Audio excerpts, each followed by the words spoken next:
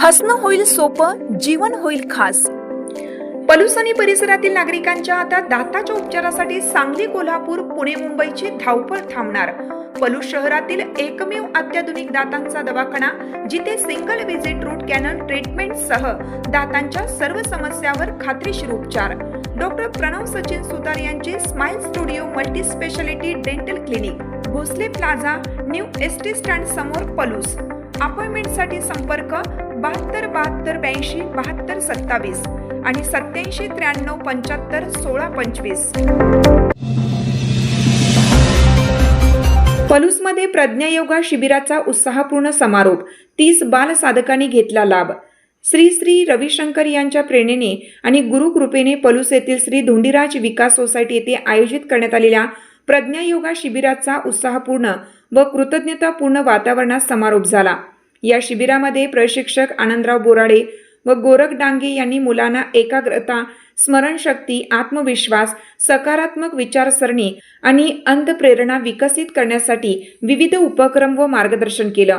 शिबिरादरम्यान मुलांमध्ये उत्साहाचे वातावरण दिसून आले। शिबिराच्या यशस्वी आयोजनासाठी अनेक स्वयंसेवकांनी मनापासून सेवा दिली। यामध्ये सूर्यकांत चव्हाण, रामचंद्र कंसे, शैलेश पाटील, संदीप सावंत, धनंजय मोहिते, सविता माळी, वर्षा पुदाले, सुनील पुदाले यांनी विशेष परिश्रम घेतले।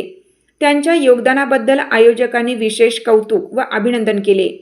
समारोप कार्यक्रमात सहभागी साधक व पालकांनी आपले मनोगत व्यक्त करताना शिबिरामुळे मुलांमध्ये झालेल्या सकारात्मक बदलाचा उल्लेख केला।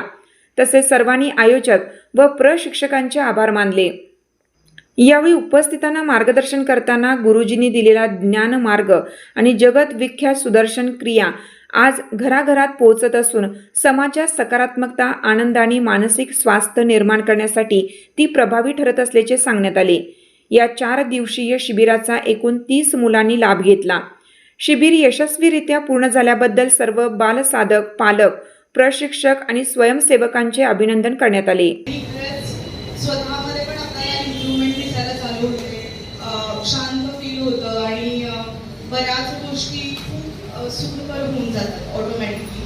आणि लहान मुलांमध्ये सुद्धा जेव्हा हा कोर्स कंप्लीट होतो जेव्हा तुम्ही दररोज प्रॅक्टिस घ्यायला चालू कराल मुलांची, पण सातत्य खूप गरजेचं आहे। जर सातत्य ठेवलं तर खरंच खूप मोठे बदल दिसून येतात। खूप मुलांनाही आतून शांत वाटतं। जी मुलं चिडचिड करतात, जसं सर म्हटले, त्यांनाही शांत वाटायला लागतं किंवा खूप अग्रेसिव्ह पण असतात मुलं या वयामध्ये, तर त्यांच्यात खूप सारे बदल दिसतात। म्हणजे फक्त वर्तनातच